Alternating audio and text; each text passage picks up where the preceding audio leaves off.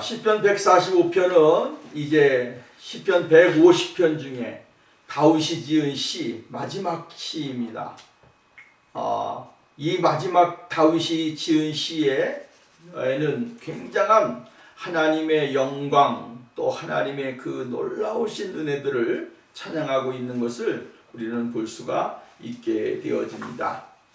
여러분, 다윗의 시편을 보면서 우리는 많은 것을 발견하게 되어집니다.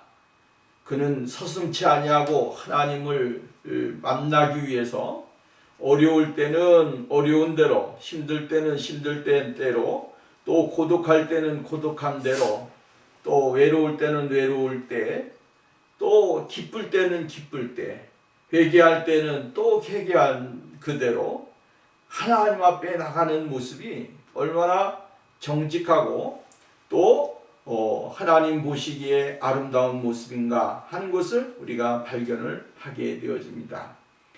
거짓이 없는 믿음이라고 하는 것은 우리가 살아가기가 참 힘든 것입니다.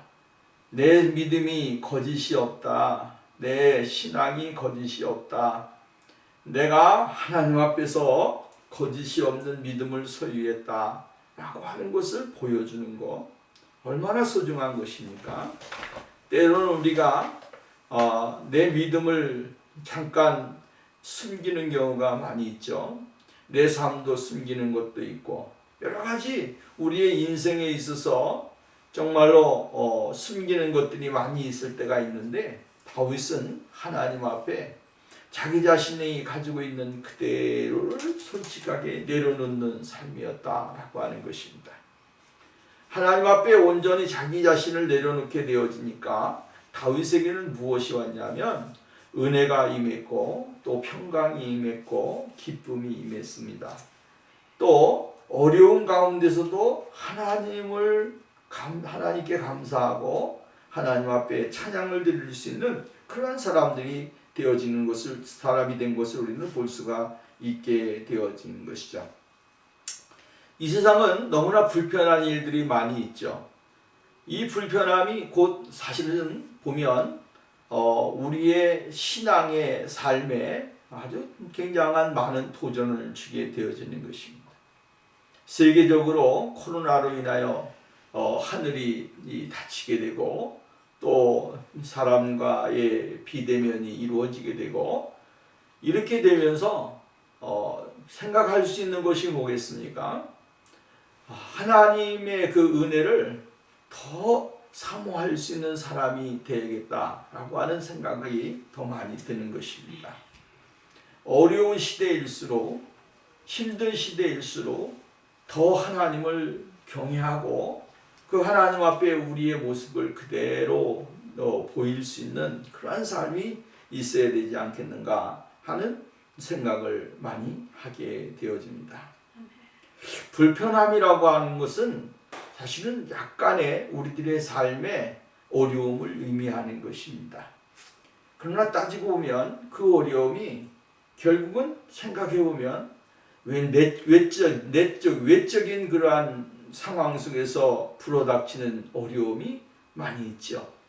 세상이 우리가 경험하지 못했던 세상이 임하게 될 때 우리는 외적인 어려움에 봉착을 하게 되는 것입니다. 그 외적인 어려움이 곧 어디까지 오냐면 그것으로 끝나지 아니하고 내적인 어려움에까지 도달을 하게 되어진다라고 하는 것이죠. 외적인 어려움이 외부로부터 와가지고 결국은 우리의 마음, 생각, 여기까지 이것이 우리를 사로잡게 되어지는 거예요. 그렇게 되어지면 사람들이 어떻게 되냐면 자꾸만 자기의 마음속에 우리가 생각하지 못했던 그러한 세계가 자기를 사로잡게 되어지는 겁니다. 오늘 우리가 이러한 것을 보면서 깨달을 수 있는 게 뭐냐면, 외적인 그러한 어려움이 내 영적인, 내적인 어려움에까지 오지 않게 하기 위해서 우리는 내적인 강화가 이루어져야 된다라고 하는 거죠. 내적인 강화가 이루어지게 되어지면 외적으로부터 오는, 세상으로부터 오는, 또한 다른 사람으로부터 오는 어려움을 우리가 이겨낼 수 있는 사람이 되어진다라고 하는 것입니다. 근데 내 마음이 약하여지고 내 믿음이 약하여지게 되어지면 어떻게 되느냐? 내가 한순간에 그 사람은 무너지는 것입니다. 내가 보잖아요. 어려운 일을 봐요. 어려운 일을 경험해요. 어려운 일들이 나에게 다가와요. 이렇게 되어지면 그 사람은 내적으로 약한 사람이 되기 때문에 금방 무너지게 되어지는 것입니다. 근데 중요한 것이 있는데 그것이 뭐냐면 우리들의 신앙이 강하게 되어지면 우리의 믿음의 벽이 든든하게 되어지면 어떻게 되느냐? 어려움이 올 때 그 어려움을 이렇게 믿음으로 또한 기도로 찬양으로 감사로 이거를 이겨낼 수 있는 사람이 되어질 수 있다라고 하는 겁니다. 우리의 믿음이 여기까지 들어가기 위해서는 우리가 날마다 경건의 삶을 살아야 되고 예수 그리스도를 온전히 바라보는 삶이 되어야 되는 것입니다. 다윗의 인생을 우리가 파노라마적으로 다 펼쳐보게 되어지면 다윗은 이러한 인생의 삶을 살았다라고 하는 것입니다. 그는 외부로부터 오는 그 내적인 힘듦이 그의 마음과 생각을 막 쪼여오지만 그 쪼여오는 그 외적인 것을 이 내적인 강화로 전환시켰다라고 하는 것이죠. 그것을 통하여 더 하나님을 바라보게 되고 그것을 통하여 자기의 믿음이 어느 수준인가를 깨닫게 되고 더 하나님 앞에 무릎을 꿇고 찬송을 하고 감사를 하면서 세상 사람들이 볼 수 없는 그러한 누릴 수 없는 평강을 그 가운데서 누리게 되어졌다라고 하는 것입니다. 믿음의 사람과 믿음의 사람이 아닌 사람 차이가 뭐냐면 이런 데서 나는 것입니다. 우리가 믿음이 있는 사람이다 라고 했을 때 그것을 우리는 우리의 믿음의 생활로 보여줘야 된다라고 하는 것이죠. 그리고 그러한 모습을 보여줌으로 인해서 그리스도인의 아름다움이 더 확산되어지는 역사가 일어나게 되어진다. 오늘 우리의 믿음을 한번 점검해 보면 힘드니까 내 믿음이 이게 쪼그라들고 어려우니까 내 믿음이 약하여지고 이렇게 되어지면 우리의 믿음의 실체는 결국은 안개와 같고 아무런 남는 것이 없는 허상된 믿음에 불과하다라고 하는 거예요. 그러니까 오늘 우리는 다윗을 보면서 하나님이 우리들에게 요구하는 모습이 무엇인가? 하나님은 오늘 나에게 어떠한 믿음을 요구하시는가를 우리가 발견을 해야 된다라고 하는 것이죠. 첫 번째로는 우리가 생각해 볼 수 있는 것은 하나님의 광대하심, 하나님이 통치하시는 그 광대하심을 찬양하고 그 하나님 아버지 앞에 나가는 모습을 우리는 볼 수가 있게 되어집니다. 하나님의 광대하심을 발견하는 것, 하나님의 위대하심을 발견하는 것 얼마나 중요합니까? 이 은혜를 발견하게 되어지면 오늘 우리가 하나님 앞에서 부끄럽지 아니하는 신앙을 살 수가 있다라고 하는 사실을 이야기합니다. 여러분 여기 145편에 있는 다윗의 찬송은 너무나 위대한 찬송입니다. 너무나 아름다운 찬송입니다. 그래서 1절 말씀을 보면 뭐라 했습니까? 왕이신 나의 하나님이여 내가 주의 이름을 높이고 영원히 주님을 송축하겠습니다. 이것이 복음성가에도 있습니다. 왕이신 나의 하나님 내가 주를 높이고 영원히 주의 이름을 찬송하리이다. 이 영원히 주의 왕이신 나의 하나님을 발견하는 게 중요한 거예요. 왕이신 하나님, 한 나라의 통치자, 왕이지 않습니까? 임금이지 않습니까? 이 왕 대신 예수 그리스도를 깨닫고 발견하고 그 예수 그리스도 앞에 나가는 것, 이게 굉장히 중요한 거예요. 예수님이 돌아가시게 될 때에 예수님을 유대 로마 군병들이 뭐라 했습니까? 빌라도나 이러한 사람이 너의 임금이로다. 그죠? 예수 그리스도를 임금이라고 이야기를 해주고 있습니다. 그 임금은 바로 그냥 죽어서 없어지는 임금이 아니고 영원히 사람들의 생명과 사람들의 삶을 지배하시고 통치하시고 운행하시는 그 왕이시라고 하는 말씀이에요. 그 왕된 예수 그리스도, 그 하나님을 높이고 그 하나님을 영원토록 섬기는 것, 이것이 얼마나 소중한 일이냐 이 말이에요. 다윗은 여기서 이야기하면서 이렇게 이야기했어요. 여기 보면 영원이라고 하는 말씀이 나오고, 두 번째는 내가 날마다 라고 하는 말이 나오죠. 그죠? 2절 보면 내가 날마다, 영원히 날마다. 이 말을 바꿔서 말한다면 우리가 쉽게 표현하면 날마다 영원히 이 말이에요. 우리가 찬양을 하고 감사를 하고 하나님의 이름을 영화롭게 하는 것은 날마다 영원히 우리가 해야 될 일이라고 하는 사실이죠. 하나님을 찬양하고 하나님의 이름을 높이는 것은 그리스도인으로서 가져야 되는 최고의 아름다운 믿음의 삶인 것입니다. 예수 그리스도의 이름을 우리가 부끄럽게 하거나 예수 그리스도의 이름을 정말로 세상 사람들에게 손가락질을 당하도록 만드는 일은 결국 그리스도인의 모습을 상실한, 그리스도인의 그 모습을 상실한 사람들의 모습이다라고 하는 거예요. 다윗이 우리가 말씀을 드렸지만 다윗은 힘들어도 정말로 자기가 하나님의 백성이라고 하는 사실을 잃어버리지 않았어요. 어려워도 자신이 하나님 앞에 백성이라고 하는 종이라고 하는 사실을 잃어버리지 않았습니다. 하나님은 자신의 왕이시다, 임금이시다라고 하는 이 믿음 하나 가지고 다윗은 그 어려움을 이겨내고 견디어내고 또 나아가서는 많은 사람들에게 증거하는 그러한 삶을 살게 되어졌다라고 하는 사실이에요. 그 하나님은 어떤 하나님입니까? 임금 되신 하나님은 위대하신 하나님, 광대하신 하나님, 이 하나님을 여기서 이야기를 해주고 있다라고 하는 사실입니다. 여러분, 하나님을 나의 하나님으로 또한 나의 왕으로 믿게 되어질 때 그 사람은 두려움이 없어요. 두려움이 없는 겁니다. 왕이신 하나님이 나의 주인이시고 나의 정말로 임금이시고 나를 다스리시고 나와 함께 하시고 나의 삶을 이끌어 가시는 그분이다라고 할 때 이 세상에서 무엇이 두렵겠습니까? 여러분, 하나님을 나의 하나님으로 믿고 임금으로 믿을 때에 그 사람은 어디서든지 간에 누구 앞에서든지 간에 당당한 사람이 되어질 수가 있게 되어진다라고 하는 사실입니다. 사람들이 뭐라고 하든 환경이 뭐라고 어떻게 보이든 그것은 상관이 없습니다.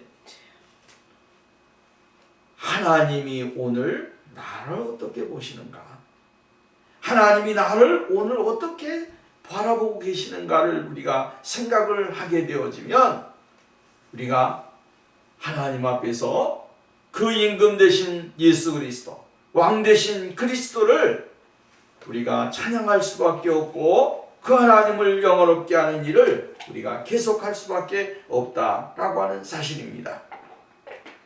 여러분, 오늘 우리가 이 세상에 살면서 수많은 일들을 경험하지 않습니까? 그 경험하는 가운데 왜 우리가 세상 가운데 실족하게 됩니까? 하나님을 자기의 임금으로 섬기지 않기 때문에 그렇습니다. 나의 임금으로 나의 왕으로 섬기지 않고 바라보지 않기 때문에 그러한 문제가 생기는 것입니다. 하나님을 나의 임금으로 섬기게 되어지면, 왕으로 섬기게 되어지면 우리가 세상에 기죽을 일이 뭐가 있겠습니까? 이 세상을 통치하시고 섭리하시고 만드신 분이 우리의 아버지신데, 우리의 왕이신데, 우리가 이 세상, 그 아버지가 만든 세상 속에서 내가 살아가는 것이지, 이 얼마나 행복하고 부유한 믿음의 모습입니까? 이것을 우리가 누릴 수 있는 사람이 되어야 된다라고 하는 것입니다. 아버지 것을 누리는 것, 자녀가 누리는 것은 당연한 것이죠. 아버지가 세상을 만들어 놓으신 것을 하나님의 자녀들이 이 세상에 누리면서 그 하나님 아버지를 정말로 기쁘시게 하고 그 하나님을 영원롭게 하기 위해서 노력하는 것, 그것이 오늘 우리들의 본분이다라고 하는 말씀입니다. 여러분, 하나님이 이 세상을 만드셨는데 이것을 그냥 의미 없이 만드신 분은 아닙니다. 여러분, 이 세상에 있는 모든 것들이 다 의미가 있죠? 이 팔이 하나라고 할지라도, 목이 하나라고 할지라도, 그것이 다 하나님의 목적에 의하여 존재하게 되는 것이고, 그것이 바로 이 세상을 지탱하게 만드는 원동력이라고 하는 사실을 우리가 발견하게 되어지는 것입니다. 우리가 징그럽게 생각하는 뱀이라고 하는 것도 있으니까 자연 생태계가 제대로 돌아가는 것입니다. 오늘날 정말 자연 생태계가 하나님이 만들어 놓은 세상이 파괴되어지니까, 세상이 어떻게 되어지니까? 점점 가면 갈수록 온난화가 되어지고 자연 생태계가 이렇게 혼란이 오게 되고 이상하게 다 되는 것입니다. 있어야 할 것이 있어야 되는데 있어야 할 것이 없다라고 하는 것입니다. 하나님은 이 세상을 만드시고 지도하시게 될 때에 하나도 그냥 허투루 만드신 것이 아닙니다. 이것이 있으므로 이것이 생존하고 이것이 생존함으로 또 이것이 생존하게 되고 서로가 아름다운 조화를 이루면서 살아가도록 만드는 것이 하나님의 목적이고 계획인 것이에요. 하나님이 원하시는 것은 바로 만드신 것 중에서 아름답게 하나님 앞에 그 자리에서 자기가 해야 될 일을 하면서 살아가는 것, 그것이 하나님이 우리들에게 요구하는 것입니다. 그리고 자기가 있는 자리에서 하나님 앞에 자신의 모습을 온전히 드리는 것, 이것이 중요한 것입니다. 우리가 찬양을 해야 될 이유가 무엇입니까? 하나님이 나를 만드셨고 나를 지금까지 이끄셨고 또한 내가 이 세상 사는 동안에 주님의 나라와 주님의 영광을 위해 살아갈 수 있는 그런 사람으로 만들어 주셨다라고 하는 사실이죠. 그렇기 때문에 오늘도 우리는 하나님이 만들어 놓은 세상 가운데 나라고 하는 존재는 하나님의 부름을 받은 존재다. 하나님이 나를 선택하셨고 하나님이 나를 이끌어 주셨기에 내가 지금 하나님 앞에 있다라고 하는 사실을 우리가 잊으면 안 되는 것입니다. 그러면 하나님 앞에 우리가 어떻게 되어집니까? 겸손한 사람이 되어지는 것입니다. 하나님 앞에 내 자신이 얼마나 존귀한 사람이고 하나님 앞에 내가 얼마나 귀하게 선택받은 백성인가를 알게 되어지면 오늘 우리는 겸손하게 되어질 수밖에 없어요. 그리고 하나님 앞에서 우리의 자신을 드릴 수 있는 사람이 되어질 수 있다라고 하는 사실을 이야기해 주고 있는 것입니다. 하나님의 통치가 있는 세상, 하나님의 통치가 이루어지는 그러한 곳, 바로 그것이 하나님이 기뻐하시는 그러한 모습이다라고 하는 것입니다. 왜냐하면 하나님의 나타나시는 곳, 무엇을 의미해 주냐면 이 세상에 있는 모든 악한 세력들이 무너지는 것을 이야기하는 것입니다. 하나님이 통치하시게 될 때 거기에 뭐가 없습니까? 악이 없습니다. 하나님이 통치하시는 곳에 그런 불의가 없습니다. 하나님이 통치하시는 곳에 거짓이 없습니다. 하나님이 통치하시는 곳에 정말로 이 세상에서 가는 모순이 없습니다. 하나님이 통치하시는 곳은 뭡니까? 항상 은혜와 진리와 사랑과 축복과 은혜, 이러한 하나님의 속성들이 그 자리에 임하게 되어진다라고 하는 거예요. 그리고 그 속성들이 임함으로 인해서 우리가 예수 그리스도의 거룩하신 모습으로 날마다 바뀌어가고 그 모습을 우리가 날마다 닮아가면서 하나님의 영광을 바라보면서 나가는 사람이 되어진다라고 하는 거예요.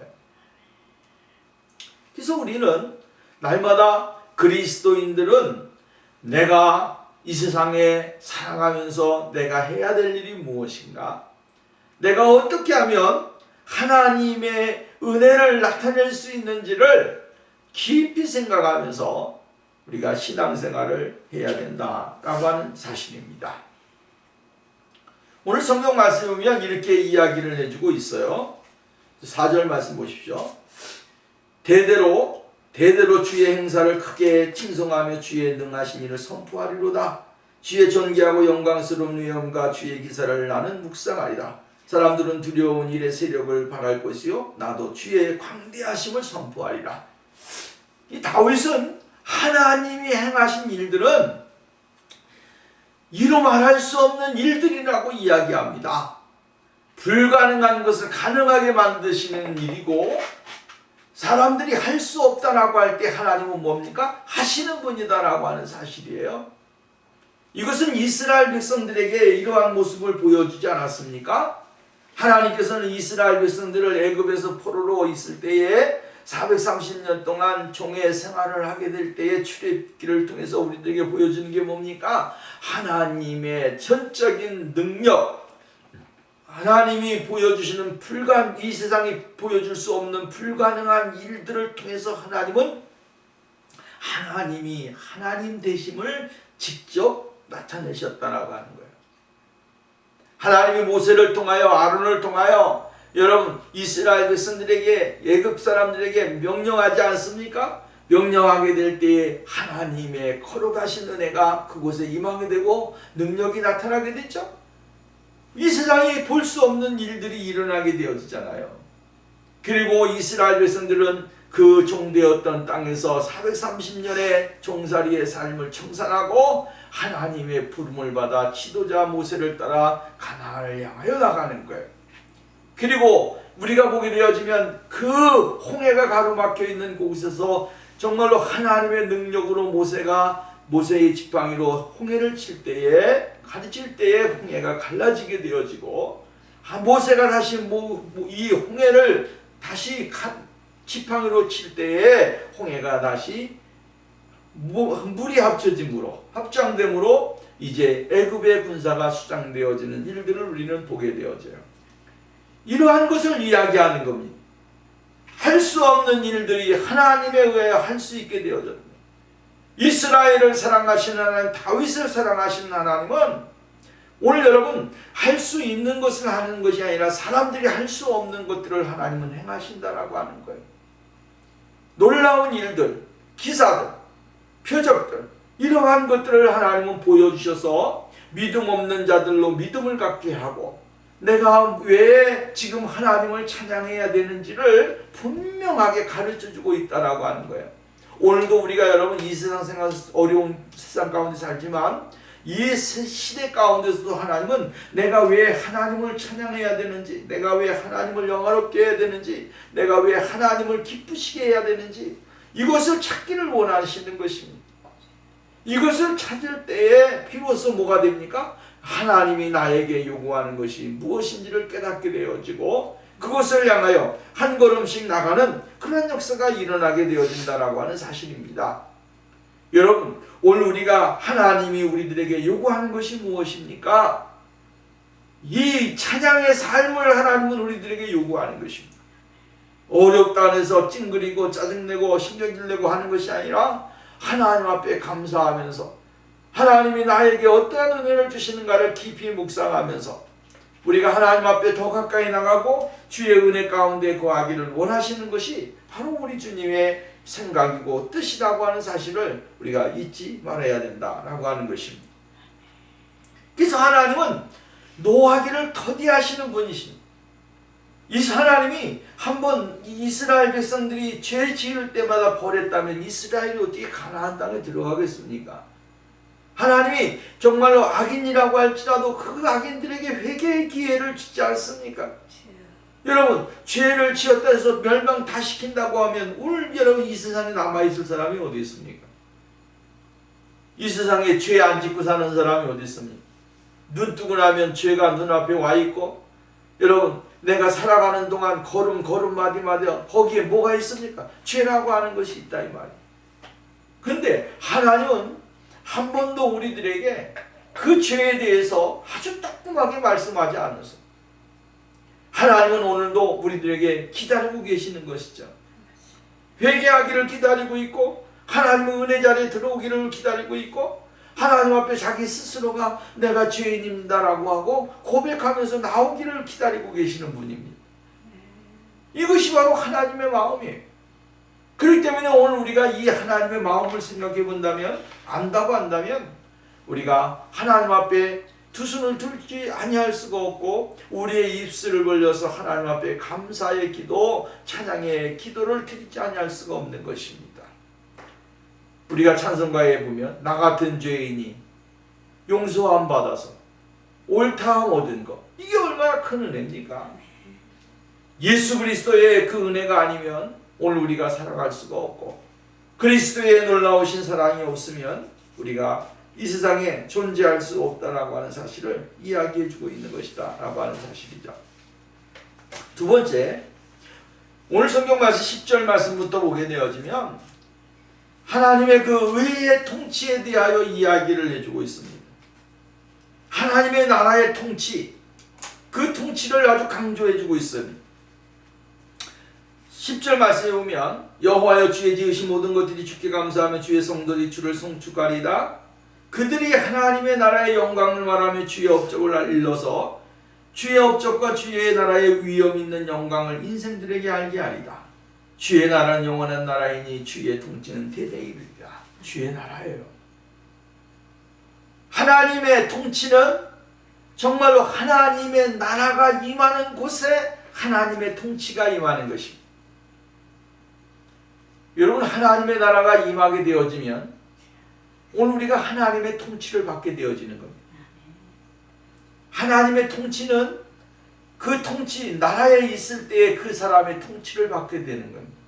내가 미국에 있으니까 미국의 통치를 받는 것입니다.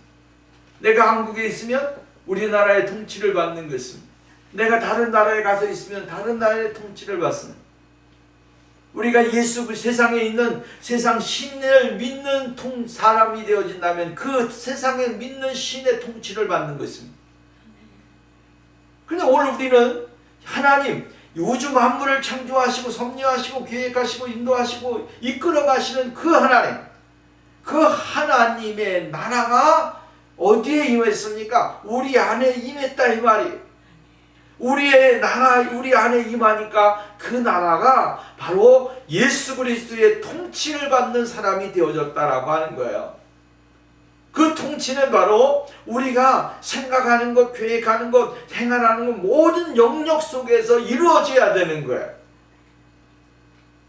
여러분, 내 생각하는 것 내가 마음대로 할 거야? 나 이것만 통치해줘요? 있을 수 없는 것입니다. 하나부터 열까지 전부 다 누구의 통치를 받아야 됩니까? 통치자의 통치를 받아야 되는 것은 오늘 예수 그리스도가 내 안의 주인이시고 우리의 삶의 주인이시라고 한다면 오늘 우리가 여러분 모든 것이 다 누구의 통치를 받아야 됩니까? 예수 그리스도의 통치를 받아야 되고 성령님의 통치를 받아야 되는 것입니다. 거기에 오늘 여러분 하나님의 통치를 받기 싫어하니까 죄가 들어오는 것이고, 하나님의 통치를 받기 싫어하니까 이기주의가 나오는 것이고, 하나님의 통치를 받기 싫어하니까 미움이 나는 것이고, 하나님의 통치를 받기 싫어하니까 시기가 나오는 것이고, 하나님의 통치를 받기 싫어하니까 사람들이 서로 갈등을 나오는 것이고, 하나님의 통치를 받기 싫어하니까 자기의 정말로 이기주의적인 신앙과 삶을 사는 것은 다른 사람들을 없음 여기는 것은 예수 그리스도의 통치가 내 안에 들어오게 되면 어떻게 됩니까? 내 안에 들어오게 될 때 불쌍히 여기게 되고 국민이 여길 수 있는 사람이 되고 서로 사랑하게 되고 하나가 되어지는 사람이 되는 것이죠. 왜? 예수 그리스도 그분은 바로 이러한 것을 위해 돌아가셨기 때문에 그래요. 예수님이 무엇을 위해 돌아가셨습니까? 우리의 세상과 화합하기 위해서, 우리의 죄악을 있는 것을 전부 다 씻어주기 위해서 주님이 십자가에 돌아가신 거 아니겠습니까? 오늘도 십자가의 은혜가 우리들에게 임하게 될 때 바로 하나님의 통치가 임하는 그곳에는 하나님의 불의하심이 있을 수가 없습니다. 여러분, 하나님의 나라를 볼 수 있는 믿음의 눈이 우리들에게 있어져야 됩니다. 하나님의 나라가 내 안에 임했느냐 안 임했느냐를 우리가 볼 수 있는 사람이 되어야 됩니다. 하나님의 나라가 임하게 되어지면 이 세상에 있는 혈과 육에 의하여 인생을 살아가는 사람이 아닙니다. 하나님이 주시는 그 생명의 그 영광된 나라를 바라보면서 주님이 원하시는 그 모습을 내가 변화받고 새롭게 되기 위해서 달려가는 사람이 되어질 수 있다라고 하는 사실이죠. 하나님의 나라가 볼 수 있게 임하느냐? 아니에요. 하나님의 나라는 볼 수 없게 임하는 것입니다. 근데 중요한 것은 내적인 증거도 있고 외적인 증거도 있어야 되는 거예요. 여러분, 외적인 증거는 무엇입니까? 삶의 변화예요. 우리들의 삶의 변화가 예수 그리스도의 복음에 합당하게 변하였느냐 안 변했느냐라고 하는 것을 통하여 저 사람 속에 하나님의 나라가 임했다, 저 사람 속에 하나님의 나라가 있다라고 하는 것을 우리가 간접적으로 볼 수가 있게 되어지는 거예요. 오늘 우리가 예수 그리스도의 성품을 닮아가고 있는 그 모습이 세상 사람들에게 보여져야 되고, 내 자신 스스로가 예수 그리스도의 성품이 내 안에 있다라고 하는 것을 느껴져야 됩니다. 이렇게 될 때 우리들은 내적인 그러한 그 모습이 나타나는 거예요. 그리고 이 내적인 변화가 결국은 무엇으로 바뀐다고요? 외적인 삶으로 나타나게 되어진다라고 하는 거예요. 너희는 세상의 소금이니 소금이 만일 그 맛이 들리면 무엇으로 짜게 하리요? 맛의 역할을 가지고 있는 거죠. 너희는 세상의 빛이니 그 빛이 등대 아래 있지 않으며 말 아래 있지 않으며 등대 위에 있다라고 그래요. 말 위에 있다니까. 그래서 비추는 것입니다. 없었던 것이 비추어지게 나오는 것입니다. 맛없던 것이 맛있게 바뀌는 거예요. 이게 바로 그리스도인의 모습이고 하나님의 나라를 소유한 백성들의 삶의 모습이다라고 하는 거예요. 그렇기 때문에 그 통치 속에 우리가 들어가야 되는 거예요. 하나님의 통치 속에 내가 들어가고 하나님의 통치 속에 내 삶이 바뀌어져야 돼요. 로마서의 말씀에 보면 이렇게 말합니다. 하나님의 나라는 먹는 것과 마시는 것이 아니요 오직 성령 안에서 의와 평강과 희락이니라. 예수 그리스도의 성령 안에서 바뀌어지는 그 내 삶에 바뀌어지는 모습, 그 모습이 바로 하나님이 우리들에게 요구하시는 모습이다 라고 하는 말씀입니다. 하나님은 오늘 우리들에게 이 세상에 살면서 비굴한 사람으로 살기를 원하지 않습니다. 여러분, 오늘 성경 말씀 보십시오. 오늘 성경 말씀에 보면 비굴한 자를 일으켜 세우시는 분이 바로 하나님이시다라고 이야기를 해주고 있는 거예요. 오늘 14절 말씀이면 여호와께서는 모든 넘어지는 자를 붙드시며 비굴한 자를 일으켜 세우시며 중생들의 눈이 주를 앙모하느니 주의 때를 따라 저에게 식물을 주신다. 이 비굴한 자는 어떤 사람이냐면 굽실거리는 사람. 굽실거리는데 무엇을 위해 굽실거립니까? 자기의 삶의 이익을 위해서 굽실거린다 이 말이에요. 하나님은 오늘 우리들에게 굽실거리는 사람으로 살아갈 수밖에 없는 사람이었어요. 누구에게 굽실거립니까? 마귀에게 굽실거린다 이 말이에요. 세상에게 굽실거린다 이 말이에요. 근데 예수 그리스도가 이 땅에 오셔서 우리를 위해 대신 돌아가시고 우리에게 구원의 은혜를 주시는 동시에 우리는 굽실거리는 사람이 아니라 어디서든지 간에 당당하고 담대하고 정말로 하나님의 거룩하신 자녀로서 살아갈 수 있는 그런 사람이 되어질 수밖에 없게 만들어주셨다라고 하는 거예요. 여러분, 오늘도 세상에는 굽실거리면서 살아가는 사람이 얼마나 많이 있습니까? 높은 사람에게 굽실거리며 살아가는 사람, 있는 사람에게 굽실거리며 살아가는 사람, 조금 배운 사람에게 굽실거리는 사람, 또 뭐가 있다고 그러면 그곳에서 그냥 자기의 이익을 위해서 굽실거리는 사람 얼마나 많이 있어요. 근데 주님은 우리들에게 그러한 삶을 원하시지 않는다 이 말이에요. 주님은 오늘 우리들에게 요구하는 게 뭡니까? 굽실거리는 게 아니라 담대하게, 그죠? 하나님의 자녀로서의 자신의 정체성을 가지고 올바르게 주님을 바라보면서 주님 앞에 영광을 돌리는 그러한 사람을 하나님이 오늘도 원하신다라고 하는 사실이에요. 그래서 오늘 본 말씀 보시죠. 손을 펴사 모든 생물의 소원을 만족케 하시나이다. 하나님은 모든 사람들의, 하나님의 거룩한 사람들의 삶에 만족과 풍요를 주시기를 원하시는 분이다 라고 하는 사실을 오늘 잊지를 말아야 됩니다. 여러분, 하나님이 우리들에게 찌질하게 살고 굽실거리면서 살고 정말 많은 사람들에게 손가락질을 받고 살고, 하나님은 그것을 원하는 거 아닙니다.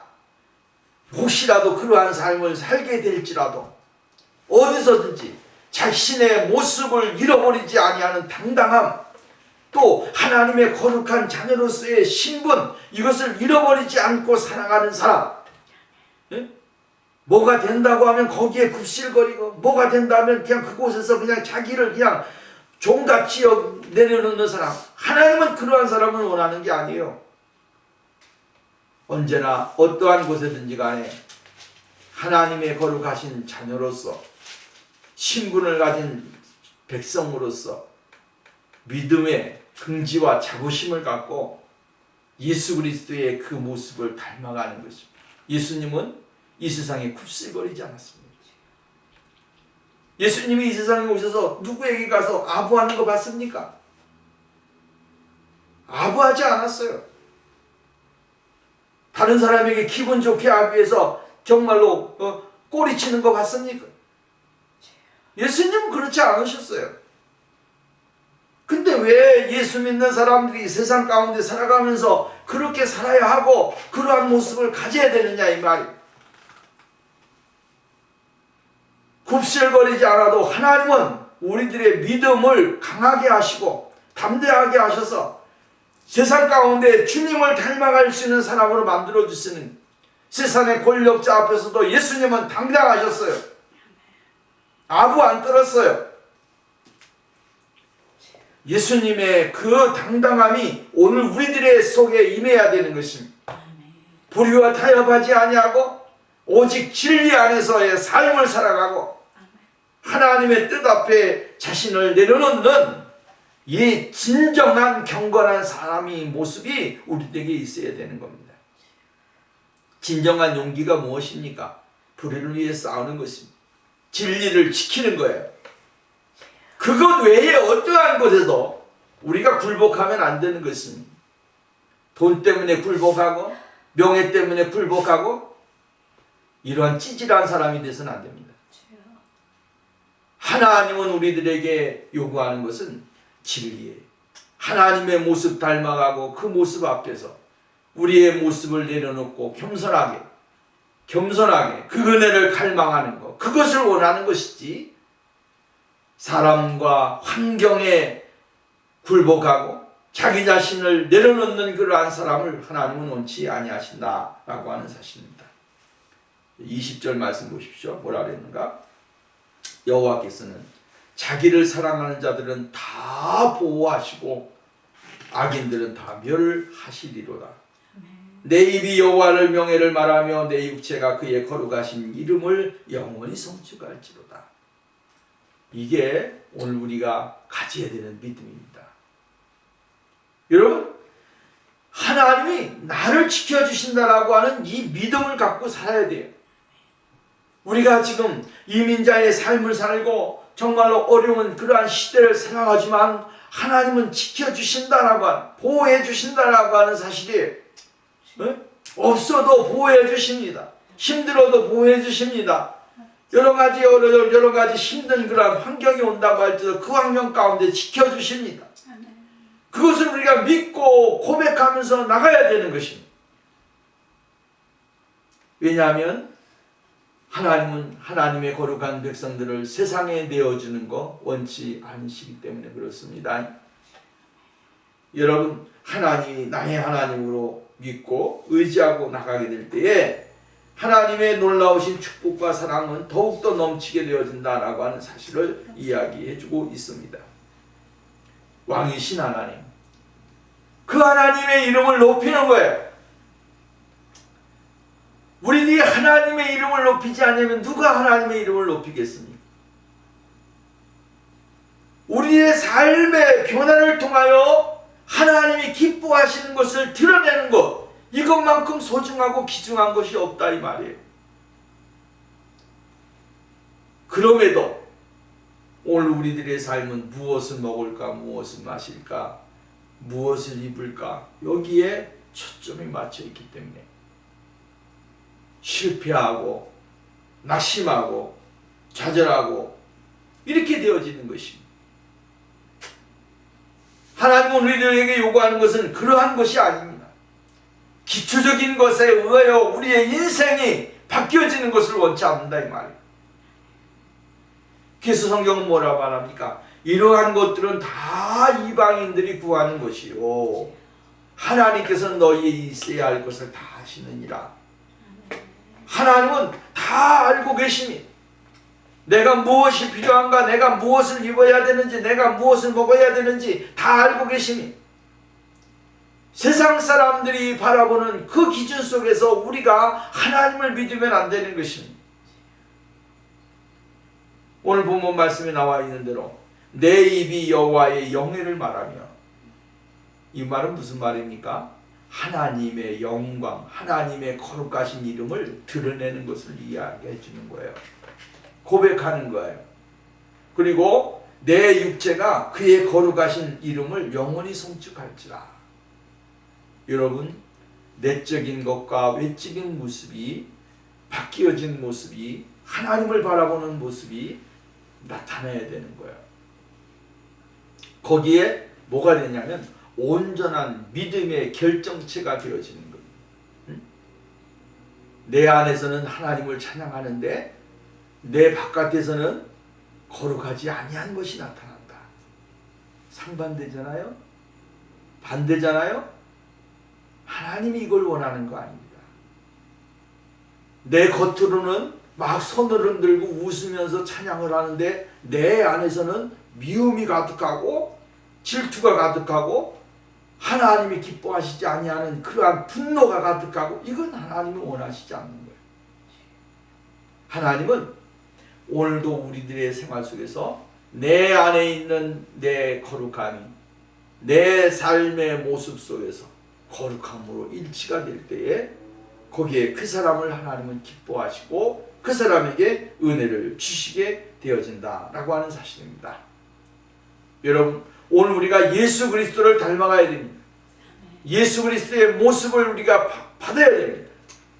그리고 하나님은 오늘도 우리의 왕이신 하나님이시고 그 하나님은 오늘도 우리를 통치하시고 우리들의 삶에 하나님은 우리들이 있어야 할 것, 우리들이 행해야 될 것을 알고 계시는 분이시고 우리에게 그 은혜를 주시는 분이라고 하는 사실을 우리가 깨달으면서 하나님의 그 은혜를 더 풍성하게 받고 누릴 수 있는 그러한 축복의 생활이 우리들에게 있어야 될 줄로 믿습니다.